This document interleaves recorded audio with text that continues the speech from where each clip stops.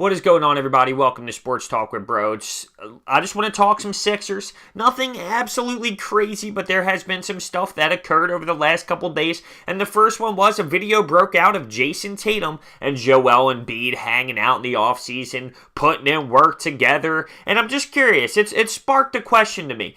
Does it bother you that these rivals, the Boston Celtics and 76ers, one of the biggest rivals you can get in the NBA, are hanging out in the offseason, doing their thing, working on their craft, and putting in work together in the offseason? Does it bother you? These guys are supposed to be literally players that get on that court and despise each other late in May, right? I mean, these players are supposed to be huge rivals, but we know the NBA these days, they're friends. They're not enemies off the court. They're best friends, and that's why the things are happening like they are in the NBA. And I got my point across, obviously, with the DeMarcus Cousins going to the Warriors situation, but I don't know. I don't know how I feel. Now, the video show a little bit of Joel Embiid with a finger roll off the window and one as he falls. The standard Joel Embiid that he always get a foul call on where someone has a hand in his grill. So Tatum had his hand in his grill. Embiid throws the hands and flops them like he would get a foul call, but still drains it from deep and one.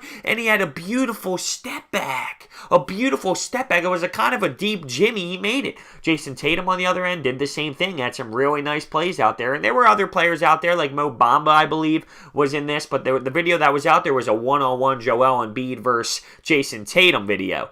So, I don't know, it's just different, man. Like, would Magic Johnson and Larry Bird be out there in the offseason, hanging out, putting in work, doing their craft together? No. And that's the difference of the NBA. That's the difference back then where everyone hated each other. There was that despising of each other. It was just meaner of a league.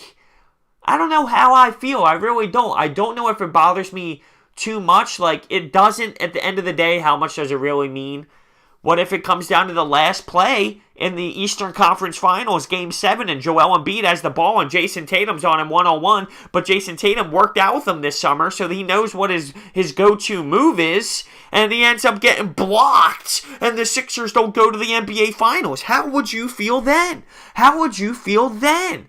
That's my biggest concern. What would happen? So, I mean, it doesn't really bother me to that extent. I'm just bringing up the conversation. It's obvious that these NBA players are all best friends outside of the league and the season, which makes sense. I mean, they're all basketball players. They all had this dream to make the NBA, and they all did it. So they're obviously going to be friends off the court. But, you know, I don't know how I feel about Joel Embiid and Jason Tatum, but listen, it's better than, I will say this, it's better than me looking at TMC to see Ben Simmons and Kendall Jenner on a date out in LA. I'd rather see Ben Simmons putting in work against Jason Tatum or Jaylen Brown than out there in LA going on a date at a fancy fish restaurant with Kendall Jenner and Khloe Kardashian. That's for sure. So when I look at it like that, maybe my whole entire view on it just changed. Right there, boom, right there. I like it. Now I like it. But there's also another thing that has brought up to my attention. Before we hop into that, though, I want to know your thoughts and opinions on the Jason Tatum, Joel Embiid situation.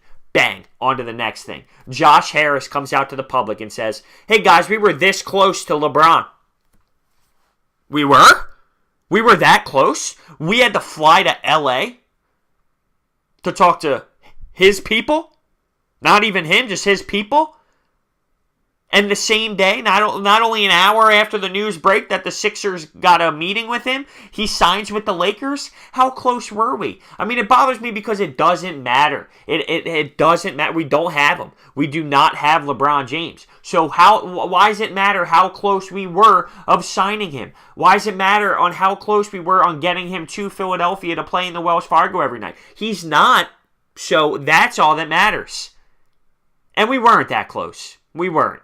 He was in LA. His mind was LA. His family chose LA. He wasn't close to coming to the Sixers. Yeah, his people that talked to us.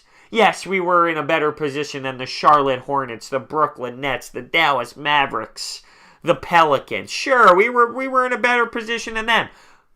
But were we in a better position than the Lakers? The answer is no.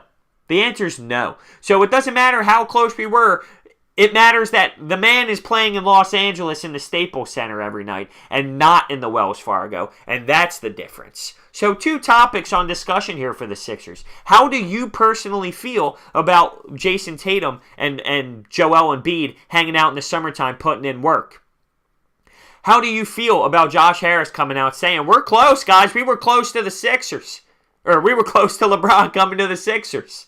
Maybe he said that because he might think, oh, wow, if LeBron was close to the Sixers, why shouldn't I be? Maybe he's trying to make it seem like we were this close, so other free agents are like, oh, maybe the Sixers do have something special over there. Well, let me tell you this.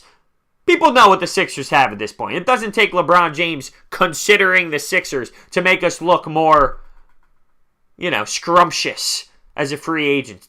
It's just how it is. So let me know your thoughts and opinions on this one. Thank you guys so much for watching, and I will see you next time.